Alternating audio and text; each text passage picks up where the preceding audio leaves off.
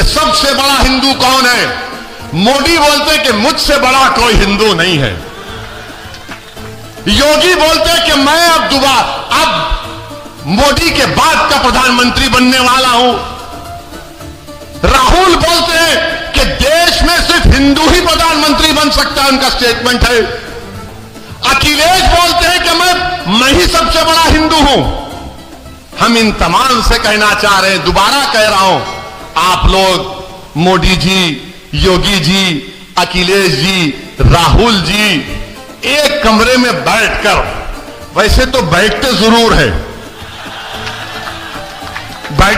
हैं, हमारे हैदराबाद में कहावत है,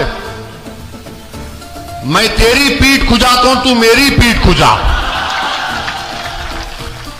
कहते हैं ये। आप बैठकर तय कर लीजिए कि सबसे बड़ा हिंदू कौन है, मगर वो भी नहीं करेंगे। और फिर अभी आप देखो, एक बीजेपी के एमपी हैं राज्यसभा के, उनका नाम शायद हरनाथ साहब है। उन्होंने बीजेपी के सदर को खत लिखा और कहा कि श्री कृष्णा मेरे ख्वाब में आए और मुझसे कहा कि बाबा योगी आदित्यनाथ को मथुरा से विधानसभा का चुनाव लड़ाओ। तो अखिलेश भैया बोले हाय मेरे ख्वाब में भी आए थे। अखिलेश ने कहा मेरे ख्वाब में भी आए थे और आकर मुझसे कह दिया कि तू ही सत्ता में आ रहा है। अब आप बताइए, पार्लियामेंट संविधान में आर्टिकल 51 है जो कहता है कि इंसान को मजहबी रह सकता है, नहीं रह सकता है, मगर एक साइंटिफिक टेम्परामेंट डेवलप करना है, एक साइंटिफिक टेम्परामेंट। उत्तर प्रदेश का चुनाव हो रहा है या किंडरगार्टन का कोई ड्रामा हो रहा है यहां पर। इनको ख्वाब में ये दिक्कत आए, इनको ख्वाब में वो दिक्कत आए, तो मुसलमान के ख्वाब क्या है बोलता हूं मैं आपको। हमारे ख्वाब तो छोड़ो, हर मां रात भर सोचती है कि कल खाना क्या खिलाऊंगी मेरी बच्चे को। हर बीवी ये सोचती है कि कल जब मेरा शौहर घर से निकल कर जाएगा, जानवर बेचने गांव में जाएगा, तो क्या जिंदा वापिस आएगा या लाश उसकी आएगी। हर बेटा ये देख रहा है कि मेरी आमदनी कम हो गई, इतनी कम हो गई कि मैं आज के इस उत्तर प्रदेश और भारत में अपने बाप से कम आमदनी को कमाता हूं।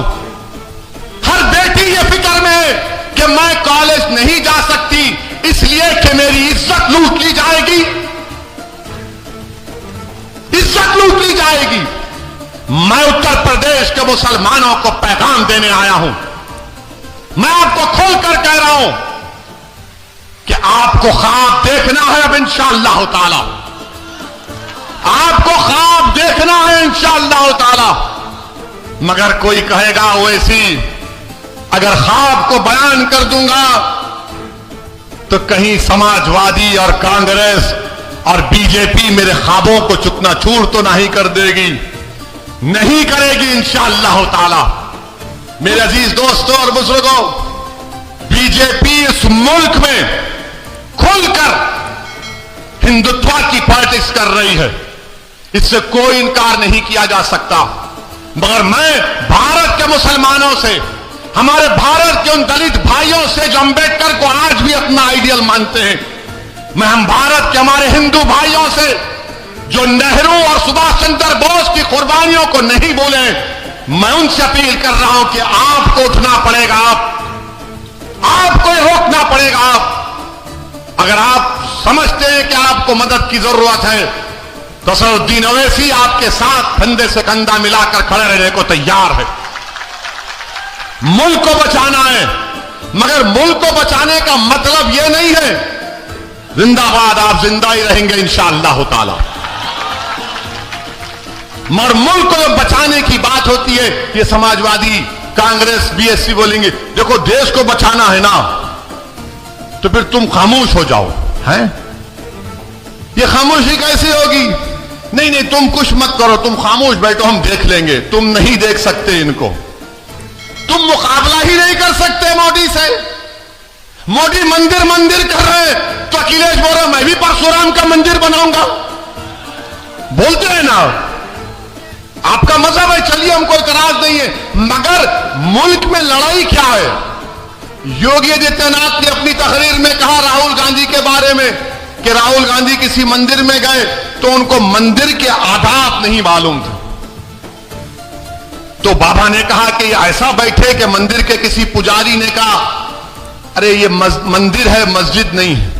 मुझे यकीन है कि मंदिर के पुजारी ने इस तरह नहीं कहा होगा, क्योंकि जब किसी की इबादत गाह में जाता है तो खुदा की इबादत करने के लिए जाता है। लोग दरगाह को आते हैं आला हज़रत के, आते हैं ना, तो क्या पूछा जाता है? क्या पूछा जाता है? आते हैं, अकीदत है, किसी मजहब का आता है। मगर योगी ने खैर इजाफा कर दिया। अब सवाल यह पैदा होता है कि भारत